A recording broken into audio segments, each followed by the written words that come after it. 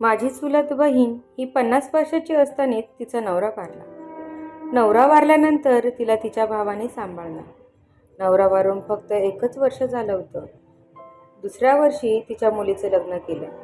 मुलीचं लग्न झाल्यानंतर 2 ते 3 महिन्यातच दुसऱ्या माणसाबरोबर सोबत असलेले संबंध सगळे काही बाहेर आले. माझ्या बहिणीला काय सांगितले ते काहीच माहिती नाही. पण त्या माणसाने माझ्या बहिणीसोबत माझी चुलत बहीण ही एकदम खेडेगावामध्ये राहणारी साधी भोळी महिला होती. तिचा जन्म आणि माझ्या जन्मामध्ये थोडा अंतर होता. ती माझ्यापेक्षा 7 वर्षांनी मोठी होती आणि मी तिच्यापेक्षा लहान होते. आमच्या गावामधलं राहणीमान होतं. एकदम गावामध्ये राहत नव्हतो. माझं गाव दुसरीकडे होतं आणि माझ्या चुलत बहीण दुसऱ्या गावी राहत होती. काही सणावाराला आम्ही एकत्र येत होतो. गावाला सप्ताह एक कार्यक्रम चालू असायचा. त्या कार्यक्रमाला आवर्जून सगळे गावकरी, आजूबाजूतल्या गावातले सुद्धा गावकरी येत असायचे. त्याच्यामध्ये मी सुद्धा असायचे. माझी आजी आजोबा सुद्धा त्या कार्यक्रमाला जायचे. मी लहान असल्यामुळे माझ्या आजीच्या पाठीवरती किंवा आजोबांच्या कड्यावरती बसून मी सुद्धा आजूबाजूच्या गावाला सप्त्यासाठी जात असायची. माझी आजी आजोबा नेहमीच तिचं कौतुक करत असायचे. तिला 2 भाऊ होते आणि ती एकुलती एक लाडाची बहीण होती. सगळ्यांची लाडकी होती कारण तिचे आई वडील तिचे खूपच लाड करत असायचे. दिसायलाही ती खूप सुंदर होती. तिची आई तिला खूपच जीव लावायची. कधी कधी मला सुद्धा असं वाटायचं की तिच्या आईसारखीच मला सुद्धा एक आई हवी आहे. पण प्रत्येकाचं नशीब वेगवेगळं असतं. हीच खरी गोष्ट. आकीला आई वडील, 2 भाऊ, एक आजोबा असं तिचा परिवार होता. सगळ्या गावामध्ये सुद्धा आकीसारखी दिसायला दुसरी कोणतीच पोरगी नव्हती. एकदम छान आणि सुंदर होती आकी. आई वडिलांच्या शब्दांच्या पुढे कधी गेली नाही.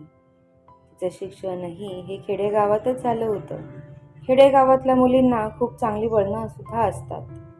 पहिल्या मुली स्वयंपाक पाणी सगळं काही स्वतःच करायच्या. आई वडील हे शेतात जायचे, दिवसभर काम करायचे आणि घरी आल्यानंतर मुलगी जर असल्यानंतर त्या आईला दुसरं सुखच नव्हतं. कारण मुलगी ही दुसरं जेवण बनवून ठेव, भांडे घासून ठेव, सगळं काही छोटी मोठी कामं करून ठेवायची. आई आल्यानंतर भाकरी करणार आणि सगळेजण जेवायला बसणार. असं हे खेड्यागावातलं जीवन. सगळ्यांनाच हवंसं आणि नको नकोसं वाटणारं. पण आता खेडेगावातलं जीवन हे खूप चांगलं वाटतं आणि नकोसंही वाटतं. पण प्रत्येकाला एका ठिकाणाहून राहून नुसतं नकोसं होत असतं. आता आमचंही तसंच झालं आहे. आकीचं आता लग्नाचं वय झालं होतं. तिचं लग्न हे तिच्या आत्याच्या मुलाबरोबरच करण्यात आलं होतं. तिचं असं काहीच बाहेरसुद्धा कोणाबरोबरच घाणेरडा प्रकारसुद्धा नव्हते. कारण तिचे वडील हे पहिल्यापासून एक समाजामध्ये मोठं नाव असलेला माणूस होता. ठरव सुरू झाली होती. तिला दुसरं कोणाचं स्थळ बघितलं नव्हतं. डायरेक्ट तिच्या आत्याच्या मुलाबरोबरच ठरवलं होतं. तिच्या आत्याच्या मुलगा सुद्धा दिसायला खूपच सुंदर होता, खूप श्रीमंत होता. आत्याचा नवरा रेल्वेमध्ये मोठ्या हुद्द्यावरती होता. त्याला 7 मुली होत्या. 7 मुलींमधून 5 मुलींचं लग्न झालं होतं. मुलगा एकुलता एकच होता. त्याच्यामुळे पाठचा पुढचा माझ्या काकाने विचार केलाच नाही आणि आकीचं लग्न त्याच्याबरोबर लावून दिलं. पण मुलगा कोणत्याच कामाधंद्याला नव्हता. तो आई वडिलांच्या जीवावरती तो मज्जा करत होता. आई वडिलांनी सुद्धा त्याला कधीच कामाचं वळण लावलं नाही. एकुलता एक आणि लाडाचा होता. त्याला कोणतीच जबाबदारी त्याने दिली नव्हती. त्याच्यामुळे कधी त्यांनी कामधंदा केला नाही. आता आकीचं लग्न होऊन ती तिच्या सासरी गेली होती. नवीन सगळं काही चांगलं चाललं होतं. सासूही तिला जीव लावत होती. सासू ही तिची सख्खीच आत्या होती. सासरा कामाला जायचा. दोघे नवरा बायको मस्त मज्जा करायची. सासू घरामध्ये काही ना काही कामाधंद्यामध्ये गुंतलेली असायची. नंदा आल्यानंतर तिला जास्त काम करावं लागायचं. तेवढाच तिला त्रास होता. पण आकीची जिंदगी ती खूपच मस्त गेली होती. अचानकमध्ये तिच्या सासऱ्याचा ॲक्सिडेंट होऊन आता कमाईचा जरिया पूर्णपणे बंद झाला होता. पैसे येणे बंद झाले होते. सगळ्यांचे हाल सुरू झाले होते. कारण एकुलता एक सासरा हा त्यांच्या घरामध्ये कमवणारा होता. कमवणारा हातच जेव्हा घरामधून निघून जातो तेव्हा बाकीच्या लोकांचे खूपच घाण हाल होतात. आपल्याला ते शब्दामध्ये सुद्धा बोलू शकत नाही. आता सगळी काही जबाबदारी आखीच्या नवऱ्यावरती आली होती. आता तिचा नवरा काम शिकू लागला होता. त्याला काहीच काम लवकरही जमत नव्हतं, कारण तो मज्जा मस्तीमध्ये त्याचं वय निघून चाललं होतं. त्याला 2 मुलं सुद्धा झाली होती. त्या मुलांचं शिक्षण कसं काय करायचं याचा सुद्धा त्यांना मोठा प्रश्न पडला होता. इंग्लिश मीडियममधून काढून मुलं मराठी मीडियममध्ये टाकली होती. लोक गरिबीकडून श्रीमंतीकडे जातात आणि हे लोक श्रीमंतीकडून गरिबीकडे चालली होती. कधी कधी देवही खूपच उलटा न्याय करतो असंच म्हणता येईल, पण त्याच्यामध्ये देवाची काहीच चुकी नाही.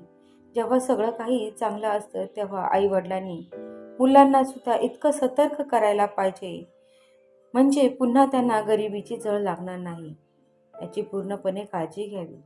आता आकी सुद्धा कामाला जात होती. सासूही तिच्या मुलांची काळजी घेत होती.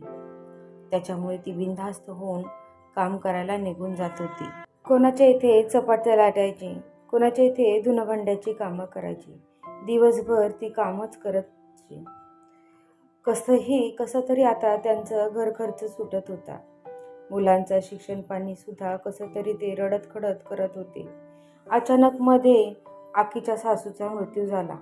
आता आकीचा आधार असा कोणीच उरला नाही. आता आकीही तिच्या भावंडांकडे दिवसभर सोडून मुलांना जात होती. आकी आता दिवसभर काम करत होती. तिचा नवराही त्यांच्याच दुकानामध्ये काम करत होता. त्यांचा कसा तरी उदरनिर्वाह भागवत होता. मुलेही बाबांकडेच राहत होती. अर्धा खर्च हा तिचा भाऊ त्यांना पुरवत होते. त्याच्यामुळे आता आकीचं सगळं काही व्यवस्थित चाललं होतं. आकीच्या मुलांचं आता शिक्षणही व्यवस्थित पूर्ण झालं.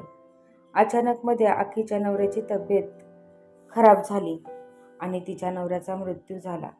त्याची ही तब्येत खूपच खालावलेली दिसत होती. त्याचाही दवाखाना करून करून आकी थकली होती.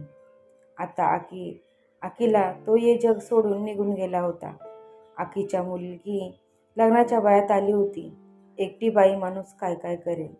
आता तिच्या भावाने सुद्धा तिला साथ देत होते, म्हणून सगळं काही आकीचं चांगलं चाललं होतं.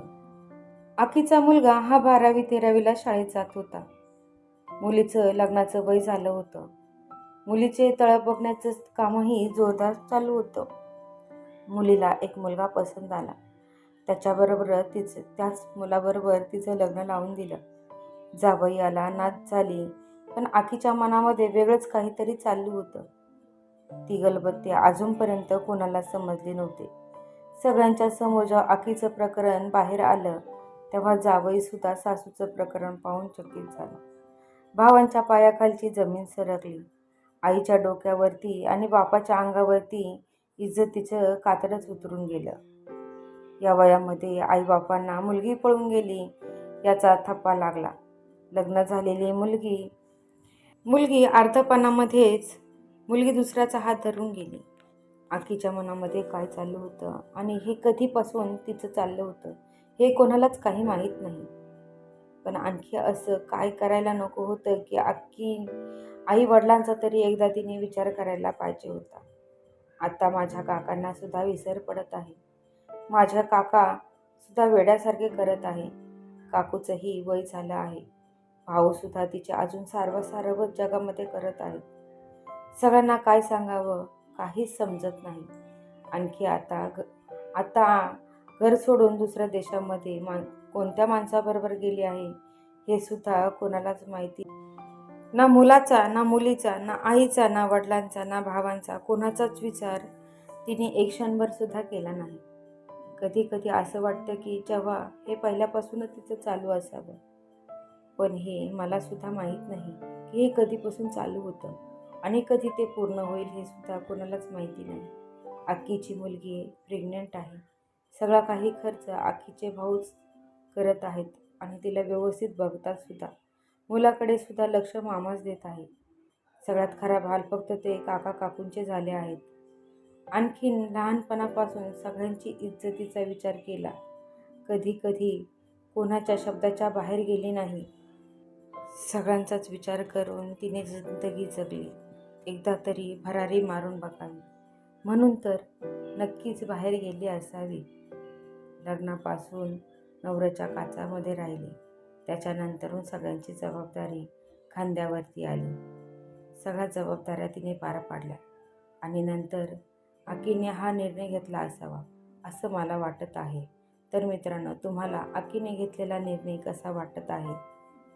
आकीने घर सोडून जायला पाहिजे होतं की नाही, हे नक्कीच कमेंट बॉक्समध्ये मला कमेंट करून सांगू शकता. ही स्टोरी काल्पनिक आहे. ही कोणाशीही संबंध नाही. माझ्या मनामध्ये आले तेच मी लिहिले आहे. तर तुम्हाला ही कथा कशी वाटली आहे? तर नक्कीच चॅनलला लाईक करा, शेअर करा. छान छान गोष्टी पाहण्यासाठी क्रियांश रिअल स्टोरी या चॅनलला सबस्क्राईब करा. सगळ्यात पहिली नोटिफिकेशन तुमच्यापर्यंत पोहोचण्यासाठी ऑलवर सेट करून ठेवा. धन्यवाद.